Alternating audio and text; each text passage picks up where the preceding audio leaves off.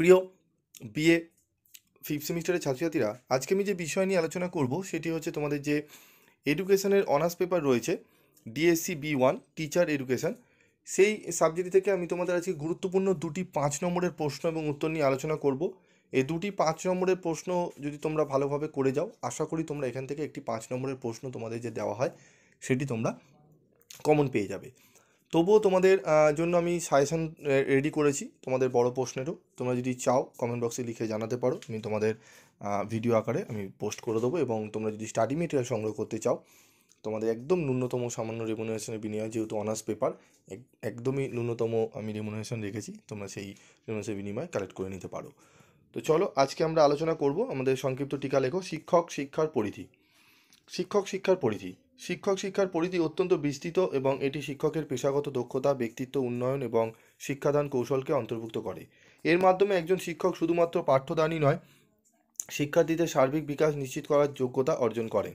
শিক্ষক শিক্ষার পরিধি নিম্নলিখিত প্রধান বিষয়গুলিকে অন্তর্ভুক্ত করে: প্রারম্ভিক প্রশিক্ষণ, নতুন শিক্ষকদের জন্য মৌলিক প্রশিক্ষণ যা শিক্ষকতার জন্য প্রয়োজনীয় জ্ঞান, দক্ষতা এবং মনোভাব তৈরি করে। পেশাগত উন্নয়ন, কর্মরত শিক্ষকদের জন্য উন্নত প্রশিক্ষণ এবং নতুন শিক্ষাদান কৌশল সম্পর্কে জ্ঞান অর্জনের সুযোগ।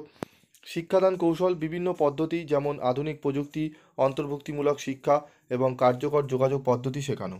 মানসিক ও নৈতিক উন্নয়ন, শিক্ষকদের মানসিক দৃঢ়তা, নৈতিকতা এবং মূল্যবোধ গড়ে তোলা। গবেষণা ও উদ্ভাবন, শিক্ষাক্ষেত্রে গবেষণা পরিচালনা ও নতুন পদ্ধতি উদ্ভাবনের সুযোগ। শিক্ষক শিক্ষার এই পরিধি শিক্ষকদের দক্ষ, নৈতিক এবং সমাজ সেবামূলক পেশাজীবী হিসাবে গড়ে তুলতে সহায়ক। ঠিক আছে, এই প্রশ্নটি তোমাদের রয়েছে 5 নম্বরের একদম টু দি পয়েন্ট অ্যান্সার। তারপর আরেকটি প্রশ্ন, শিক্ষায় মিশ্র পদ্ধতির পর্যায়।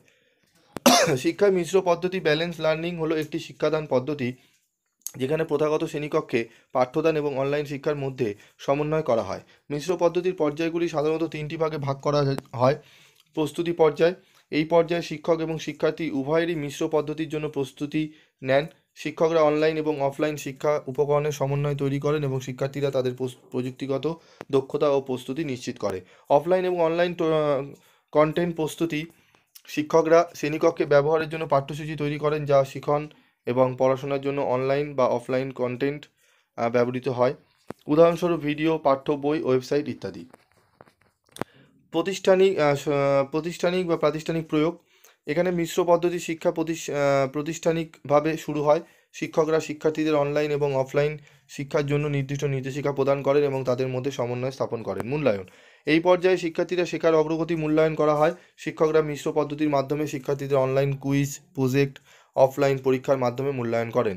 বিশ্লেষণ এবং পর্যালোচনা, অ্যানালাইসিস অ্যান্ড রিভিউ, এই পর্যায়ে মিশ্র পদ্ধতি শিক্ষার ফলাফল বিশ্লেষণ করা হয়। শিক্ষকরা শিক্ষার্থীদের প্রতিক্রিয়া এবং ফলাফল পর্যালোচনা করেন এবং ভবিষ্যতের জন্য পদ্ধতিগুলির উন্নতি করেন।